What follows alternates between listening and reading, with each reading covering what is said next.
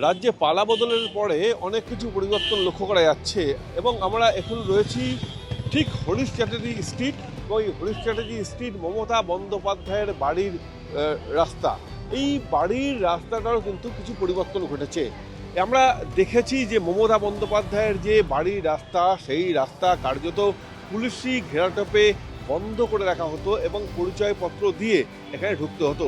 তো এলাকার বাসিন্দা থেকে আরম্ভ করে আগত মানুষজন যারা যেত তাদেরকে কিন্তু রীতিমতো পরিচয়পত্র দেখিয়ে তারপরে এখানে প্রবেশাধিকার মিলত। এবং আমি আমার ক্যামেরা পার্সন বাপন সাহকে বলবো একটি গার্ডরেল দেখানোর জন্য। এই এখানে গার্ডরেল রয়েছে, এই যে গার্ডরেল এবং কংক্রিট, মানে স্টিলের কংক্রিট গার্ডরেল, এটা দিয়েই কিন্তু গোটা যে সামনের রাস্তার মুখ সেটা কিন্তু বেষ্টিত হয়ে থাকতো। এবং এই গার্ডরেল আমরা দেখলাম আজ সকাল সকাল সরিয়ে ফেলা হয়েছে এবং প্রচুর মানুষ কিন্তু তার নির্দ্বিধায় যাওয়া আসা করছে এবং সেই মানুষের যাওয়া আসার ছবিও কিন্তু আমরা তুলে ধরছি, যেখানে কোনো মানুষকে এইভাবে কিন্তু যেতে পারতেন না এবং তারা গেলে সাধারণত পুলিশি ঘেরাটোপের মধ্যে থেকে যেতে হতো, পুলিশি জিজ্ঞাসাবাদের মধ্যে পড়তে হতো। কিন্তু আমরা দেখছি কিন্তু তার নির্দ্বিধায় তারা কিন্তু যেতে পারছেন। তাদেরকে কোনো পুলিশ কোনো ইনকোয়ারি করছে না, জানতে চাইছে না কোথায় যাবে না যাবে। এবং সেই ছবি কিন্তু আমরা আমাদের এই সময় লাইভের দর্শকদের তুলে ধরছি।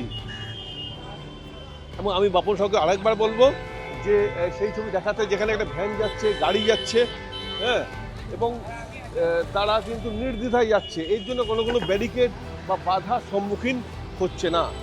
এবং সেই ছবি কিন্তু আমরা তুলে ধরছি আমাদের এই সময় লাইভের দর্শকদের কাছে। এবং পুলিশ যারা রয়েছে, এবং পুলিশও কিন্তু এখানে যত্র তারা ছড়িয়ে রয়েছে, কিন্তু তাদের মধ্যেও কিন্তু সেই যে জিজ্ঞাসাবাদ করা বা তারা প্রশ্ন তোলা বা প্রতিনিয়ত বা প্রতিদিন যে জিনিসটা তারা করে থাকেন, তারা কিন্তু সেই জিনিসটা আজ কিন্তু করছেন না। এবং সব কিছু মিলিয়ে কিন্তু এই যে জায়গাটা অনেকটা কিন্তু আলগা এবং সাধারণ মানুষের জন্য উন্মুক্ত করে দেওয়া হয়েছে। ক্যামেরায় বাপন সাহের সঙ্গে বিপ্লব চক্রবর্তী, এই সময় লাইভ।